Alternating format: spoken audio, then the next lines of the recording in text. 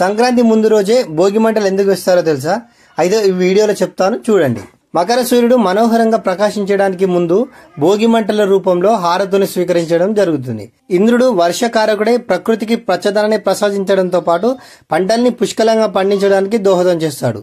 అందుకు కృతజ్ఞతగా భోగి మంటల్ని ఇంద్రుడికి సమర్పించడం జరుగుతుంది. ఇంద్రుడికి సమర్పించే భోగి మంటను ఇంద్రాగ్నిగా పిలుస్తారు.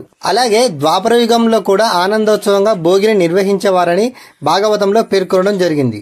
భోగి నాడే శ్రీకృష్ణుడు గోవర్ధగిరి పర్వతాన్ని ఎత్తి గోకులంలో రక్షించడం జరిగింది. అందుకనే భోగి నాడు గోవర్ధనగిరి పూజ కూడా చేయడం జరుగుతుంది.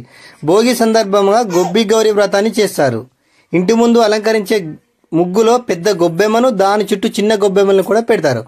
అవి కృష్ణుడు గోపికలు ప్రతిమలుగా ప్రతిబింబిస్తున్నాయి. ఈ గొబ్బిళ్లను కృష్ణుని తత్వానికే కాక శివలింగ స్వరూపానికి కూడా సమన్వయం చేస్తారు. ఎందుకంటే గోమయంతో చేసే శివలింగార్చననే గొబ్బి గౌరి వ్రతంగా పేర్కొనడం జరిగింది. భోగికి ఉన్న అర్థాల్లో సర్పం అనేది కూడా ఒకటి వస్తుంది. కాలాన్ని సర్పంతో పోల్చడం తెలిసిందే, కానీ కాలానికి సద్వినియోగం చేసుకునే వారికి అంత లాభం జరుగుతుందని భోగి యొక్క అంతరార్థం. భోగం అంటే ఉపయోగం అని పరిణామాలను సాధారణంగా స్వీకరిస్తూ అన్ని పరిణామాలను సాధారణంగా స్వీకరిస్తూ సానుకూలంగా మసులుకునేదే ఈ పండుగ తెలియజేస్తుంది.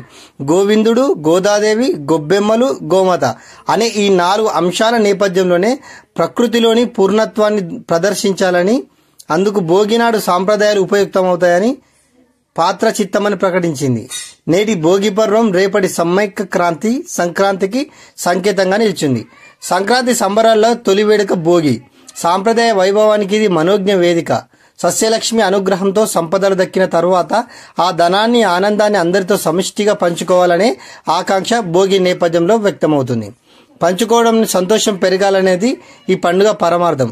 సమస్త సౌభాగ్యాల సమృద్ధి, దైవకృప, ప్రకృతి అనుగ్రహాల మేలు కలయికని భోగపర్వం చెప్పడం జరిగింది. జాడతత్వాన్ని ఛేదించి నవ్యతత్వం దిశగా స్ఫూర్తిమంతంగా ముందుకు వేయాలనేది భోగి అందరికీ అందించే ఆత్మీయ సందేశం.